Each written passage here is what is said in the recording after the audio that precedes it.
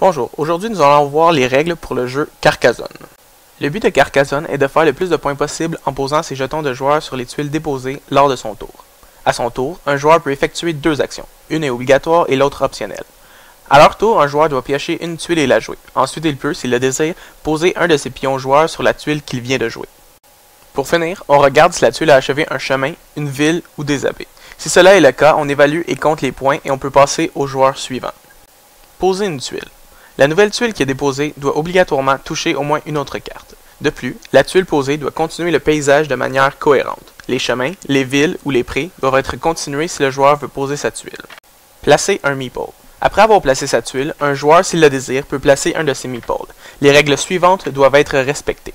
Un seul meeple peut être placé à la fois. Il doit utiliser un meeple disponible devant lui. Il peut seulement le placer sur la tuile qu'il vient de jouer.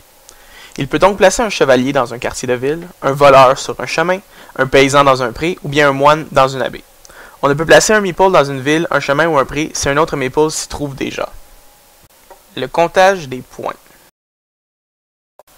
Un chemin est achevé lorsque les deux extrémités sont délimitées par un carrefour, une ville ou une abbé.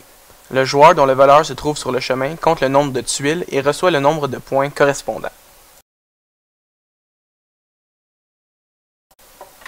Une ville est achevée lorsque tous les quartiers sont clôturés par des remparts et qu'il n'y a plus d'espace ouvert.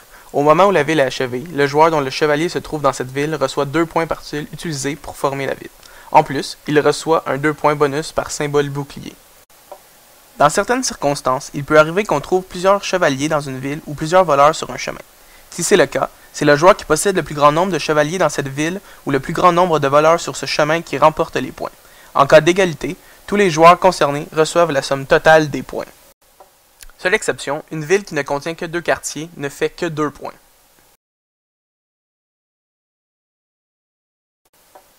Une abbé est achevée lorsque le bâtiment est entouré par 8 cartes de paysage. Le joueur qui a placé un moine dans l'abbé reçoit tout de suite 9 points, 1 point pour la carte de l'abbé et 1 point pour chaque carte qui l'entoure. Après avoir compté ses points pour une ville, un chemin ou une abbé, les joueurs récupèrent leurs meeples qu'ils avaient placés. Au tour suivant, les joueurs peuvent les réutiliser sur de nouvelles tuiles qu'ils viennent de placer. Un pré est formé par plusieurs cartes de paysage mises les unes à côté des autres pour obtenir un dessin continu. Pendant la partie, on ne peut pas donner une valeur au pré ou une partie des prés, mais on peut y placer des paysans. On ne reçoit les points correspondants qu'à la fin de la partie.